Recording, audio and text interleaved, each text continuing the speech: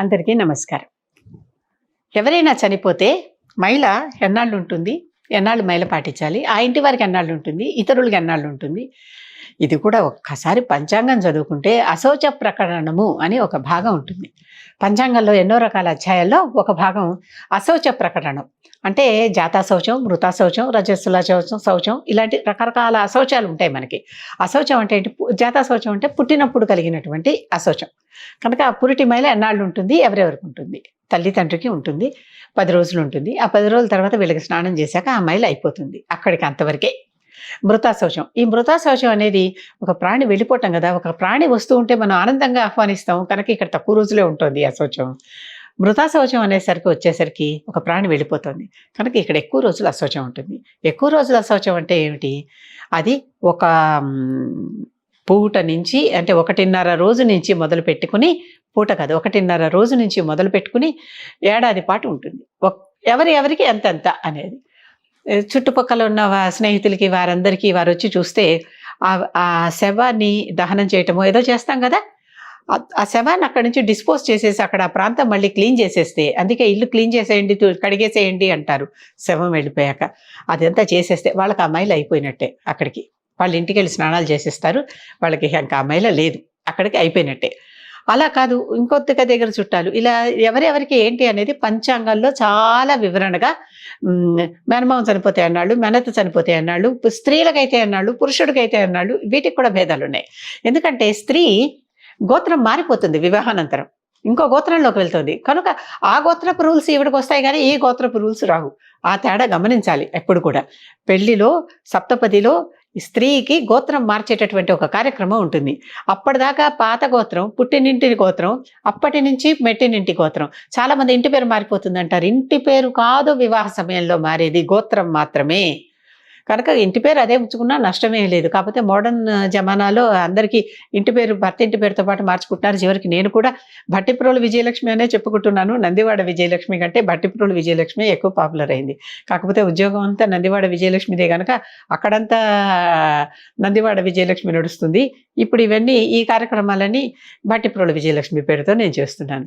కనుక ఈ రకమైనటువంటివి ఇది ఆ గోత్రం వివాహ సమయంలో సప్తపదప్పుడు మారిపోతుంది కనుక స్త్రీలు పోతే ఉండే అశౌచం పుట్టింటి వారికి వేరుగా ఉంటుంది, అత్తింటి వారికి వేరుగా ఉంటుంది. మరి ఈ ఇంటికి వెళ్ళిపోయింది కనుక ఇంట్లో వాళ్ళకి ఎక్కువ రోజులు ఉంటుంది. ఇప్పుడు ఆ ఇల్లు వదిలేసి వచ్చింది కనుక వారికి తక్కువ రోజులు ఉంటుంది. ఈ గమనం ఇది తెలుసుకోవాలి. అదే కనుక ఈ కార్యక్రమం చేస్తున్నటువంటి కొడుకు కోడలు ఎవరైతే ఈ కర్మ సంస్కారాలు దాన సంస్కారాలు చేస్తారో, కోడలు చెయ్యదు, కొడుకే చేస్తాడు. ఆ కొడుకు భార్య, 4 కొడుకులు అనుకోండి, 4 కొడుకులు వారి భార్యలు, ఈ 8 మంది, లేదా ఒక్కటే కొడుకు అంటే ఆ ఒక్క కొడుకు భార్య, వీరికి మాత్రము అశౌచం. మిగిలిన వారందరికీ 10 రోజులకి అయిపోతుంది. ఆ గోత్రనామాలతో ఉన్నవారు, ఆ ఇంటి నామాలతో ఉన్న వారందరికీ 10 రోజుల పాటు అశౌచం ఉంటుంది. ఇలా మధ్యలో 3 రోజుల పాటు ఉండే వాళ్ళకి త్రిరాత్రం అంటారు. 3 రాత్రులు అయిపోగానే వారికి అశౌచం అయిపోతుంది. పుట్టింటి వారికి కూడా వారు మామూలుగా స్నానం చేసి వారి ఇతర పూజాధికాలు వారు చేసుకోవచ్చు. ఈ అత్తింటి వారి గోత్రం వాళ్ళకి ఈమె అత్తింటి వారి ఇంటికి వెళ్ళిపోయింది కదా స్త్రీ, ఆ పురుషుడు ఆ గోత్రంలోనే పుట్టాడు కదా, అటువంటి గోత్రం వాళ్ళకి మాత్రం తప్పనిసరిగా 10 రోజులు ఉంటుంది. వారు 11వ రోజు ఉదయం శుచిగా స్నానం చేసేసి దశరాత్రం అనమాట, 10 రాత్రులు మళ్ళీ మామూలుగా ఇతర కార్యక్రమాల్లోకి చేరొచ్చు. ఈ కొడుకు కోడలికి మాత్రం 12 రోజుల దాకా, అంటే ఆ 12వ రోజు సంపూర్ణంగా చివరి కార్యక్రమాలు కూడా అంత్య సంస్కారాల్లో చివరైనటువంటి ఆబ్దికం లాంటి కార్యక్రమాలు, ఆబ్దికం అన్నారు అప్పుడు, తద్దినం ఏదో అంటారు, అది కూడా అయిపోయిన దాకా ఆ కార్యక్రమం చేయవలసిందే, అది ఉంటుంది. అది కాకుండా ఈ కొడుకు కోడలికి మాత్రము పూర్తిగా ఏడాది పాటు ఏలినాటి సూతకం అని ఉంటుంది. ఈ ఏలినాటి సూతకం అనేది పూర్తిగా 1 సంవత్సరం పాటు ఉంటుందన్నమాట. ఏడాది పాటు ఉండే ఈ సూతకం అంటే మైల అనే అర్థం. ఈ సూతకం సంవత్సరం పాటు ఉండేటటువంటి సూతకం సమయంలో మీరు నిత్య పూజలు చేసుకోవచ్చు. నిత్యము ఇంట్లో పెట్టుకునేటటువంటి దీపం పెట్టుకుని, ఈ మధ్య అవి కూడా మానేశారు. అతి సర్వత్ర వర్జయేతి, గమనించాలి. చేయమన్నప్పుడు చెయ్యాలి, చేయొద్దన్నప్పుడు మానేయాలి. అలా కాకుండా రోజువారీ నిత్య దీపాలు కూడా మేము పెట్టుకోమండి అని చెప్పి అది ఏడాది పాటు ఆ దేవాలయాన్ని మూసేయటం చేస్తున్నారు. ఇంట్లో ఉన్న దేవతార్చన గదిని తప్పు. చక్కగా ఇంట్లో నిత్య దీపారాధన చేసుకోవచ్చు, ఇతర పూజలు అన్నీ కూడా చేసుకోవచ్చు. ఏవైతే కంకణాలు కట్టుకుని ప్రత్యేకమైన పూజలు చేస్తాను చూడండి, సత్యనారాయణ వ్రతం కానీ ఇలాంటివి, అలాంటివి చేయకూడదు. అలాంటివి చేయకూడదు. ఆ పనులు మాత్రం చేయకుండా మిగిలిన దేవాలయాలకు వెళ్ళొచ్చు, అక్కడ దర్శించుకోవచ్చు, అక్కడంతా దేవతా పూజలు చేసుకోవచ్చు. అక్కడ కూడా ప్రత్యేకంగా వీరి పేరు మీద చేసేటటువంటి అర్చనలు లాంటివి చేయించుకోకండి. దేవతా దర్శనాలు, దేవాలయ సందర్శనాలు నిర నిరభ్యంతరంగా చేసుకోవచ్చు. ఎటువంటి భయము అక్కర్లేదు.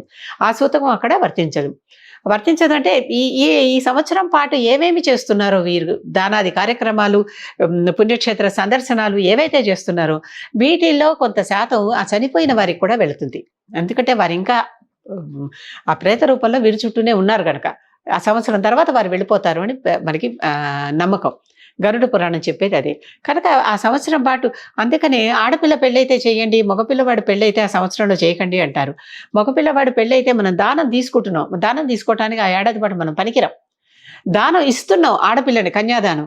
ఈ కన్యాదాన ఫలితంలో తప్పనిసరిగా పెద్దవాళ్ళకు కూడా, చనిపోయిన వారికి కూడా ఫలితం కొంత భాగం వెళుతుంది కనుక అలాంటి దానాలు ఇవ్వచ్చు.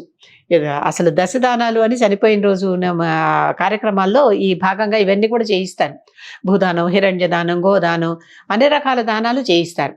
ఆ దానాలతో పాటు కన్యాదానం కూడా ఉంటుంది. తర్వాత ఈ కన్యాదానాన్ని మనం చక్కగా ఇంట్లో ఎవరైనా పెళ్లికి ఎదిగిన పిల్లలుంటే ఆ సందర్భంలో పెళ్లి కనుక చేయగలిగితే ఆ సంవత్సరంలో చేస్తే ఆ ఫలితం కూడా దక్కుతుంది. కనుక ఇలాంటివన్నీ బాగా గుర్తుపెట్టుకుని వీరికి మాత్రము, ఎవరికి కేవలము ఆ కొడుకు కోడళ్ళకి మాత్రమే, మిగిలిన వాళ్ళ పిల్లలకు కూడా కాదు, వాళ్ళ పిల్లలకు కూడా 10 రోజులతో మైల అయిపోతుంది, అశౌచం అయిపోతుంది. వాళ్ళు కూడా ఎటువంటి తర్వాత మైలలు పాటించనవసరం లేదు. వారు పెళ్ళైన వాళ్ళు వేరే ఇళ్లలో ఉంటుంటే వాళ్ళ ఇళ్లలో పండగలు కూడా చక్కగా చేసుకోవచ్చు, ఏమి దోషం లేదు. ఈ ఇంట్లోనే ఉంటుంటే, తల్లిదండ్రుల్లోనే ఉంటే చిన్నపిల్లలు అయితే వీళ్ళు పండగలు చేసుకోరు కనుక ఆ పిల్లలకు కూడా పండగలు ఉండవు అంతే. కానీ ఆ పిల్లల్ని ఎవరైనా వాళ్ళ ఇళ్ళకి తీసుకెళ్లి పండగలు చేయించవచ్చు, తప్పులేదు.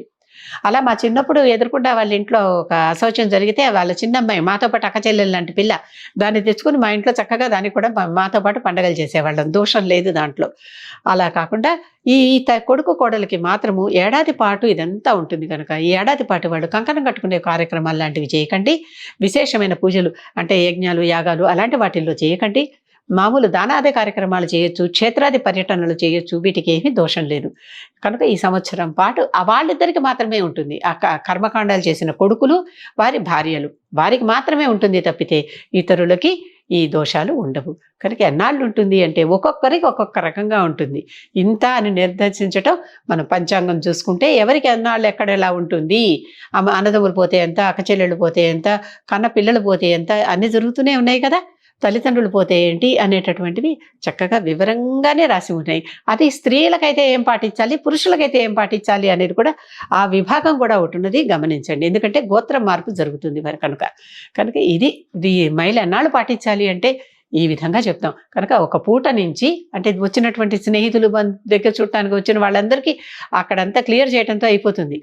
ఆ వాళ్ళ దగ్గర నుంచి మొదలుపెట్టి ఏడాది పాటు కొడుకు కోడలికి ఉండటం దాకా ఇంత స్పాన్లో రకరకాల బంధుత్వాలను అనుసరించి, వారి జెండర్ని అనుసరించి ఈ మహిళలు నిర్దేశించబడతాయి. అది సంగతి.